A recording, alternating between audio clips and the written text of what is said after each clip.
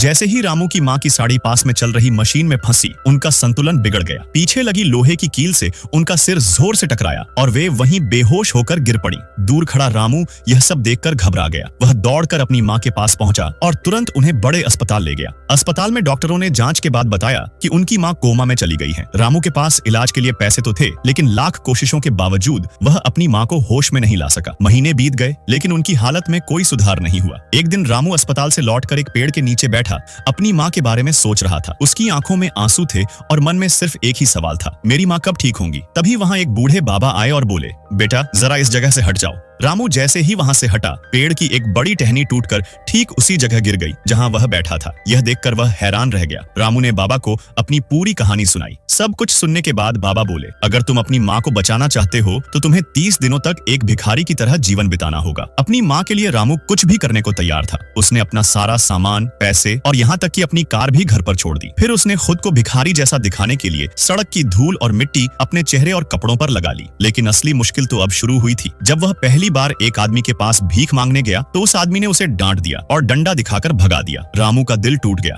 लेकिन उसने हार नहीं मानी। कुछ देर बाद वह मंदिर के बाहर बैठे दूसरे भिखारियों के पास जाकर बैठ गया और चुपचाप हाथ फैलाकर भीख मांगने लगा। काफी देर इंतजार करने के बाद एक दयालु व्यक्ति ने उसके हाथ में एक छोटा सा सिक्का रखा। रामू ने उस सिक्के को देखा और उसकी आंखें नम हो गईं।